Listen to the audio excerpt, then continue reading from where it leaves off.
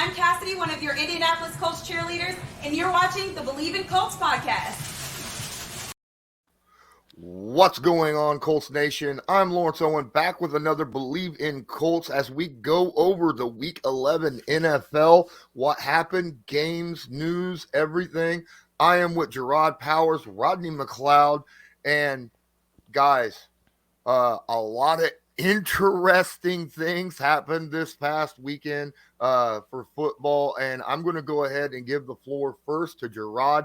Jerraud, what was one thing this past weekend, whether it's a game, a news conference, or anything of that nature that you would like to bring up to discuss?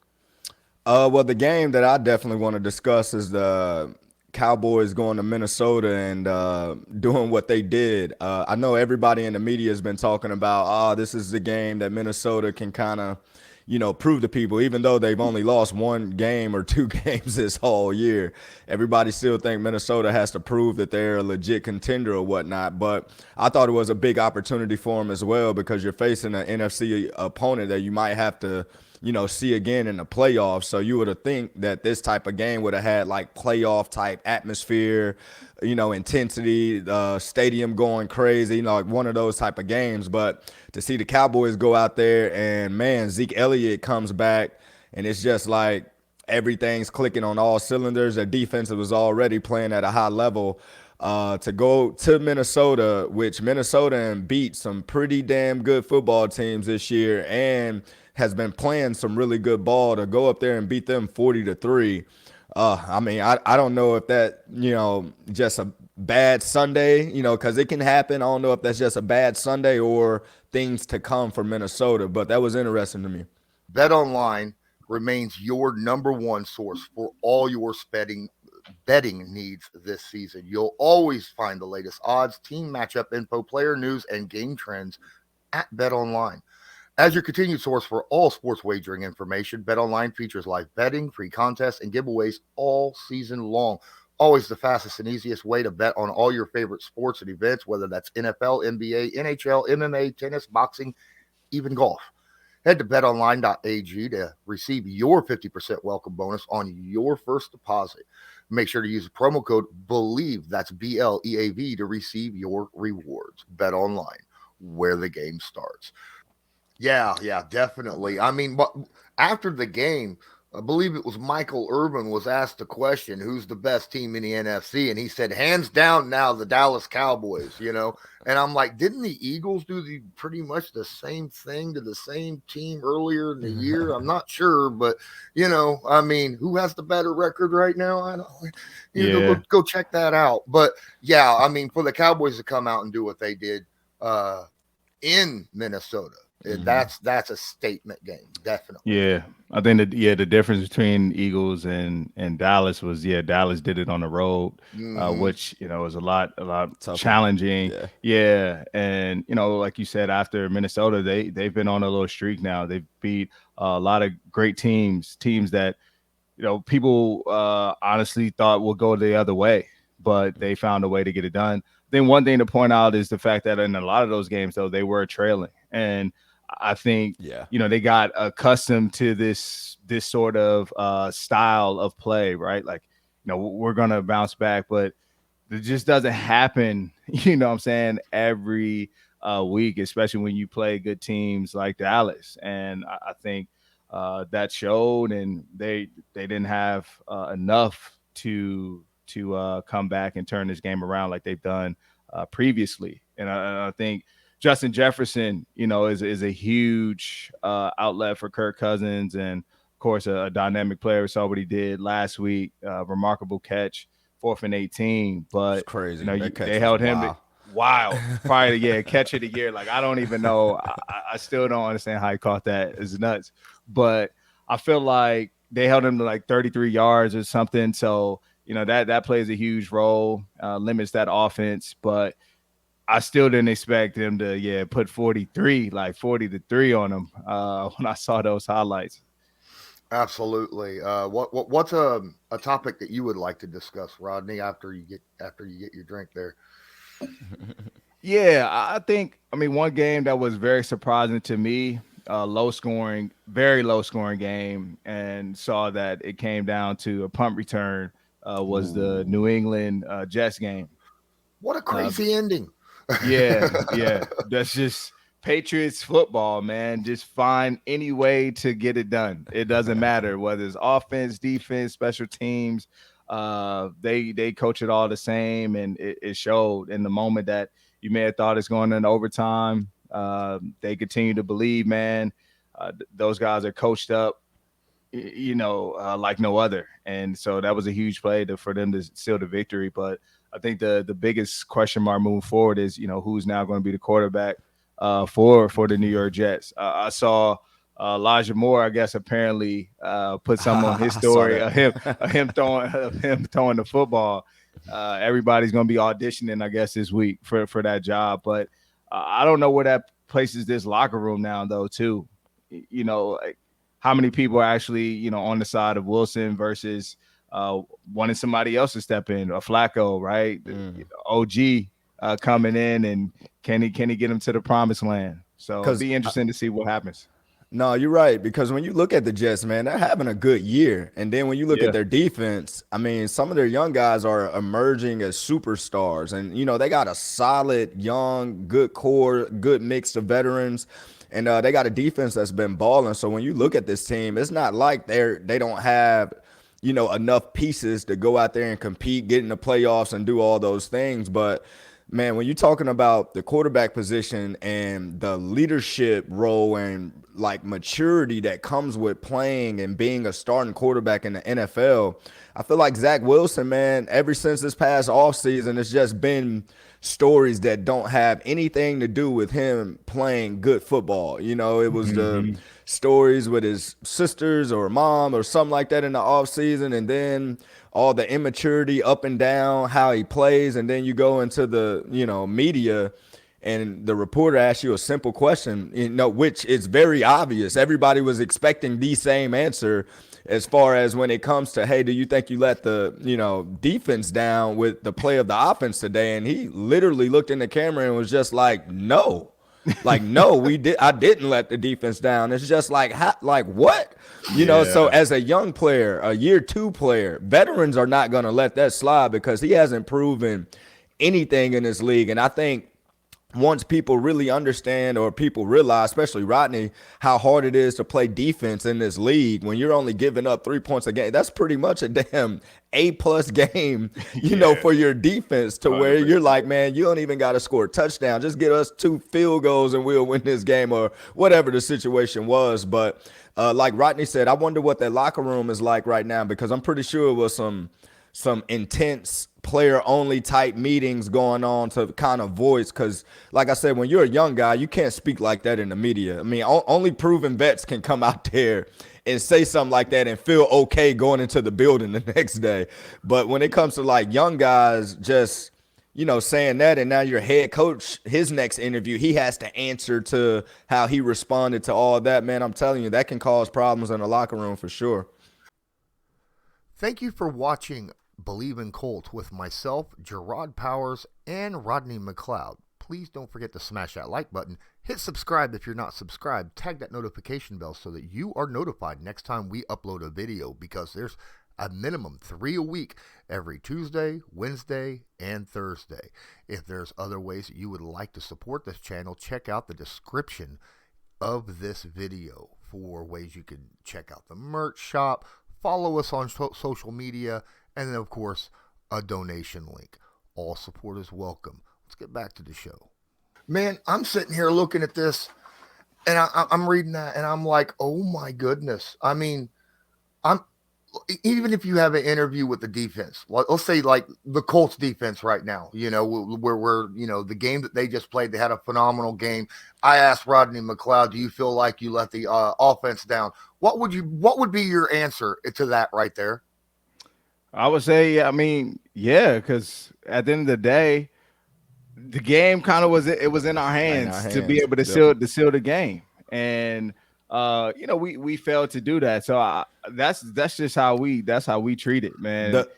the best thing Zach could have said was, yes, I feel like, we could have played better as an offense. Yeah. We let the defense down, but it was other things going on. Like, we all can just play better as a team. Boom. Next question. And nobody would have said anything. Correct. Exactly. Somebody got to sit Zach down and be like, I think he got in his feelings, man. He got in his feelings. Real quick, too. Real quick. Well, there's going to be a lot of players and coaches that's going to be in his feelings right after that press conference. That's the way I think. As soon as he walks in that locker room after that presser, I got a feeling there's a lot of people that's going to be like, what did you say?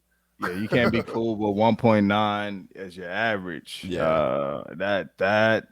Cannot. You gotta accept some ownership and responsibility in that. And I mean, we all know the quarterbacks, how it works, man. You get the glory, but you also have to deal with the opposite side of things when failure happens. And somebody's got to coach the young man up on that one.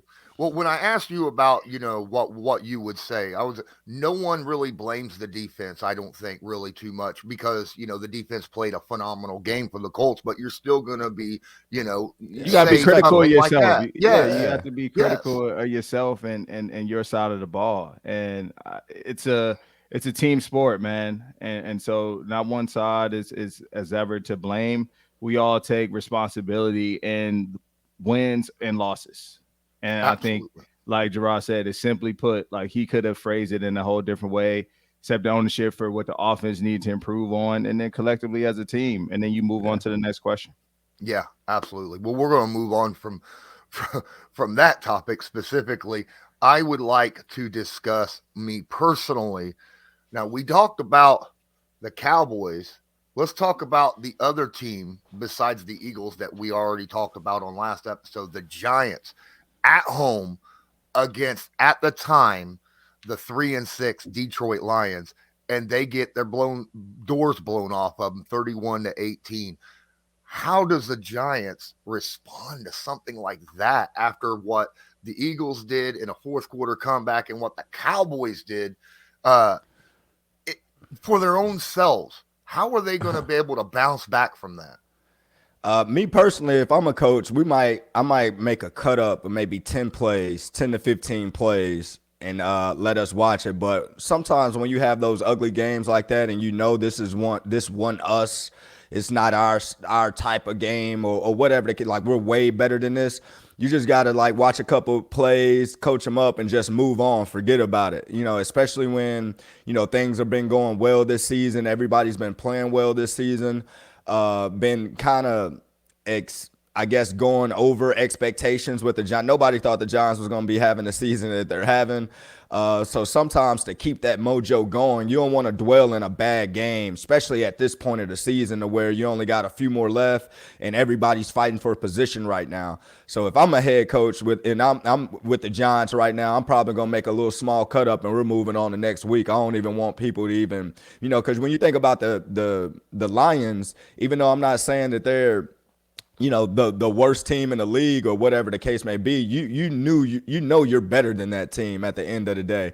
So you kind of want to put that behind you and just move forward. That's what I would do if I was with the Giants at the moment. Yeah, I think sometimes you need games like this to really humble you, right? Especially for the Giants, the way their season's been going.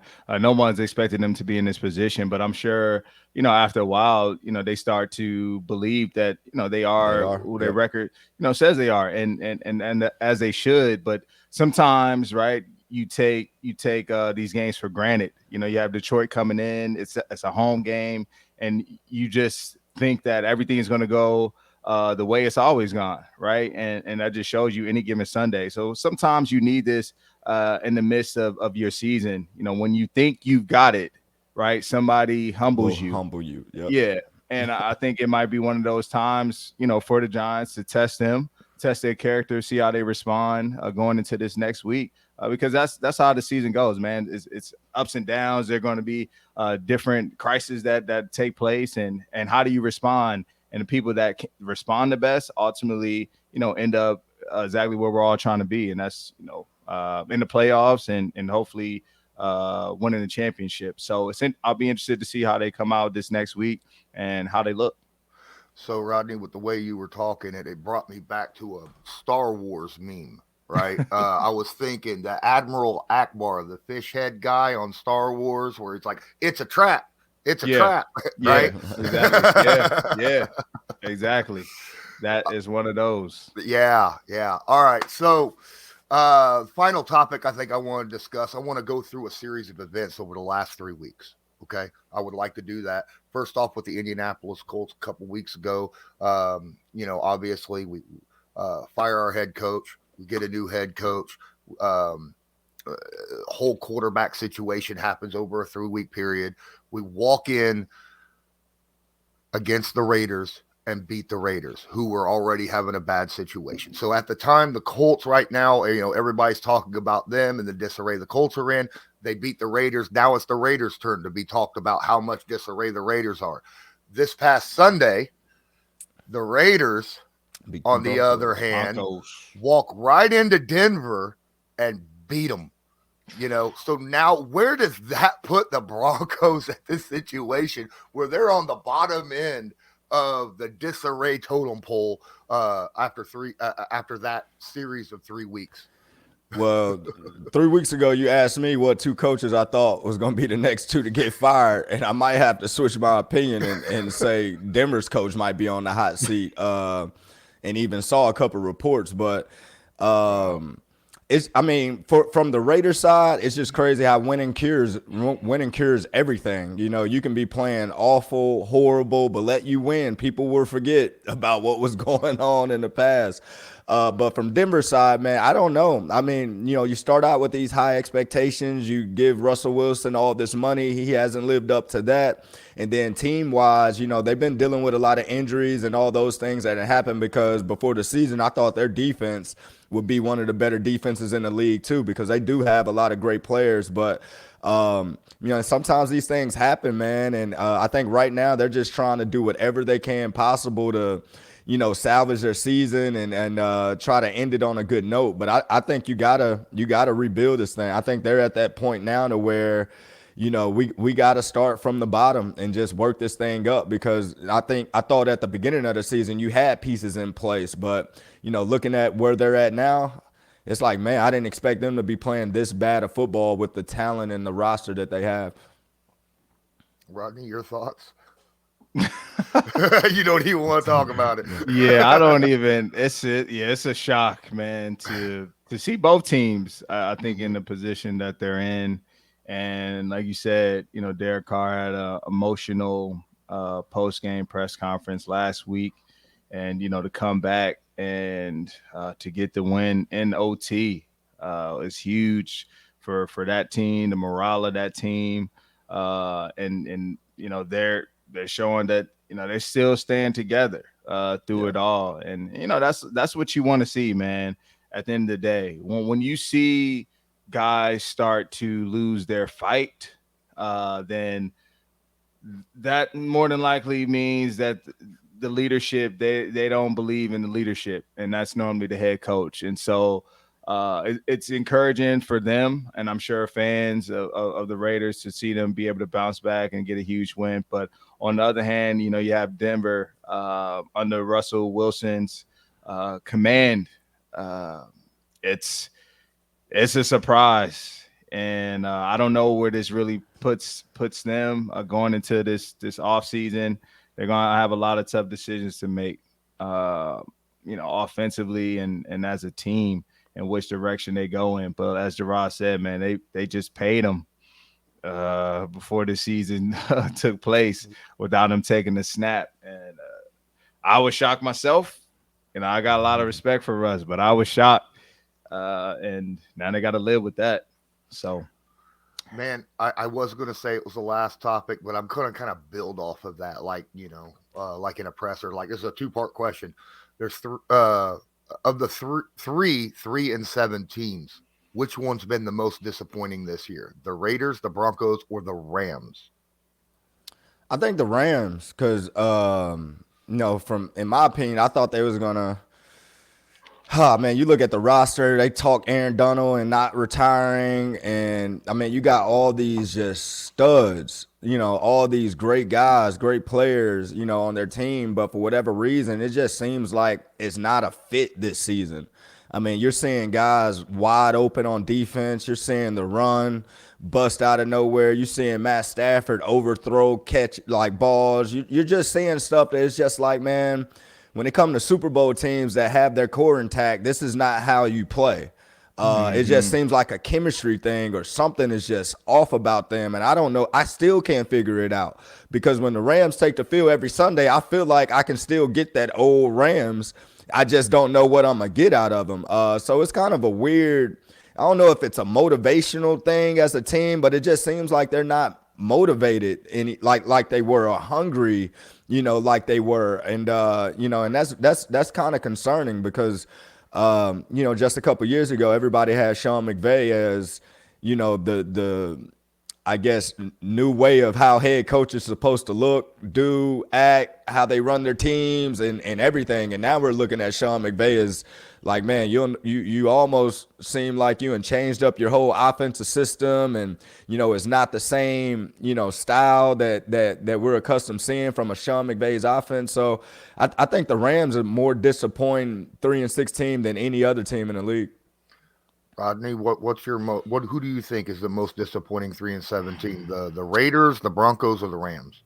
I would say the Raiders, and I would say that because they did make the playoffs last year.